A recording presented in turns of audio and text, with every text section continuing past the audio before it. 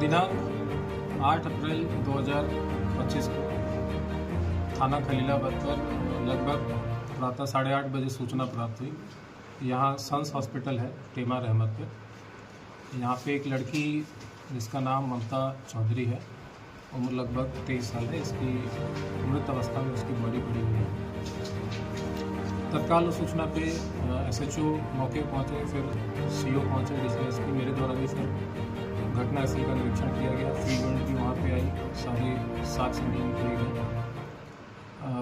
परिवार वाले बहुत ज़्यादा अग्रेसिव थे। उनके आशंका थी कि जो मृतका है इसके साथ कोई अनहोनी घटना घटित हुई है, इसकी नेचुरल डेथ नहीं है, इसको हत्या इसके साथ कारित की गई है। सूचना पे तत्काल फैमिली को कन्विंस करते हुए बॉडी को पोस्टमार्टम हेतु मॉर्चरी भेजा गया। पोस्टमार्टम में हमने ये इंश्योर किया कि पूरी पोस्टमार्टम की कार्रवाई वीडियोग्राफी के साथ होगी। साथ ही हमने CMO साहब से रिक्वेस्ट किया कि जो टीम हो, पैनल की एक टीम हो जिसमें विशेषज्ञ डॉक्टर हों जो अपने अपने ओपिनियन दे सकें। इसमें 4 डॉक्टरी की एक स्पेशल पैनल बनाया गया और पूरी पोस्टमार्टम की कार्रवाई की गई वीडियोग्राफी के साथ। उस पूरी पोस्टमार्टम की कार्रवाई में ये सामने आया जो कॉज ऑफ डेथ है वो थ्रॉटलिंग आया। और इसमें जो इंजरीज थे उसमें गले पे जो उसका हायोड बोन है उसको टूटा हुआ पाया गया। साथ ही कुछ नेल के मार्क्स चेहरे पे और गले पे पाए गए। सेक्सुअल असॉल्ट बिल्कुल क्लियरली डिनाई कर दिया है पैनल ने, कोई भी सेक्सुअल असॉल्ट नहीं हुआ लड़की के साथ। फिर हमने जो तहरीर प्राप्त हुई थी मृतका के परिवारजनों के द्वारा, उस तहरीर के आधार पर BNS की धारा 103 जो कि पूर्व में 302 धारा IPC की होती थी, उसमें मुकदमा पंजीकृत किया गया। नामजद मुकदमा लिखवाया गया रामजी राव और रामजीत भारती के नाम से। मेन एक्यूज़ को फिर हिरासत में लिया गया। पुलिस ने इनसे डिटेल में इंटरोगेशन किया, उसकी CDR रिपोर्ट निकाली और जो वहाँ हॉस्पिटल पे CCTV कैमरा था वो CCTV कैमरा DVR के साथ पूरा उसका एक सेकेंड का पूरा वीडियो खंगाला गया।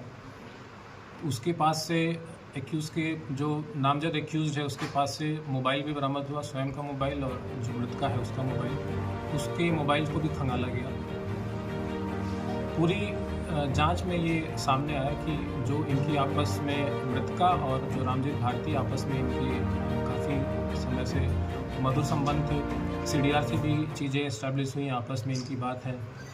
इनकी चैट भी हमने प्राप्त की। चैट में भी दिनांक जो मृत्यु का इसका दिनांक है इसमें एक चैट ऐसी मिली जिसमें इनक्रिमिनेटिंग एविडेंसेस थे एक्यूज़ के खिलाफ। इसमें लिखा है कि मार दो मुझे अब।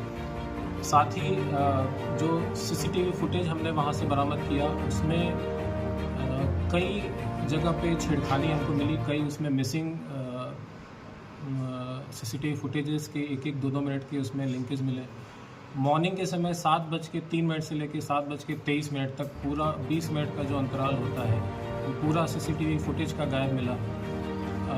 जो एक्यूज़ का मोबाइल था उसमें से कई मैसेजेस पूरे तरीके से डिलीट पाए गए। तो ये सारे चीज़ें बहुत ही ज़्यादा इंक्रिमिनेटिंग थी एक्यूज़ के खिलाफ। फिर एक्यूज़ से भी इसके संबंध में जब गहनता से पूछताछ की गई, एक्यूज़ ने अपनी पूरी घटना कैसे उसने कारित की उसने बताया कि दिनांक 7 अप्रैल यानी घटना की पूर्व रात्रि में लगभग 8 से 9 के बीच में इसके बीच में और मृतका के बीच में ऑल्टरकेशन हुए थे छत के ऊपर। लगभग 16 से 17 मिनट तक ये लोग छत पे रहे। वहाँ पे इनके बीच में गाली गलौज मारपीट भी हुई।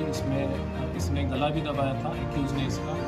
फिर हॉस्पिटल की एक स्टाफ है फातिमा, वो बीच में आ गई तो उसने फिर वो घटना जो उनके बीच में हो रही थी वो बीच में रुक गई। फिर तीनों फिर छत से उतर गए।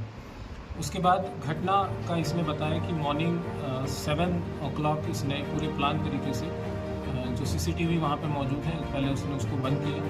फिर उसके जहाँ मृतका सो रही थी उसके कमरे में गया, उसमें इसकी घटना कारित करने के बाद बाहर निकला और चूँकि जो दरवाज़ा है वो हार्डली 6 फीट का है, इसने फिर उचक के उसको बाहर से ही दरवाज़ा बंद कर दिया और फिर वापस आके अपनी जगह पे सो गया। तो ये पूरा एक प्लान तरीके से इसने घटना कारित की है। अभी इसमें जो एक्यूज़ के और जो मृतका के मोबाइल एक्यूज़ के पास से बरामद हुए हैं, इसमें कई एविडेंसेस मिसिंग हैं, कई मैसेजेस डिलीट कर दिए हैं, कई चीज़ें उसमें से डिलीट पाई गई हैं। इसको फॉरेंसिक लैब हम भेज रहे हैं। फॉरेंसिक लैब से जब चीज़ें रिकवर होंगी तो और भी इसमें एविडेंसेस इस्टेब्लिश होंगे। इस घटना में अभी और भी अगर कोई लोग शामिल होंगे तो वो उस मोबाइल का जो एविडेंस है वो बहुत क्रूशियल होगा। वो इसको क्लैरिटी को पुलिस के सामने, विवेचक के सामने लाएगा। इसके अलावा ये भी संज्ञान में आया है कि जो इसमें हॉस्पिटल संचालक ने जो अपना हॉस्पिटल का रजिस्ट्रेशन करा रखा है उसमें भी कई अनियमितताएँ हैं।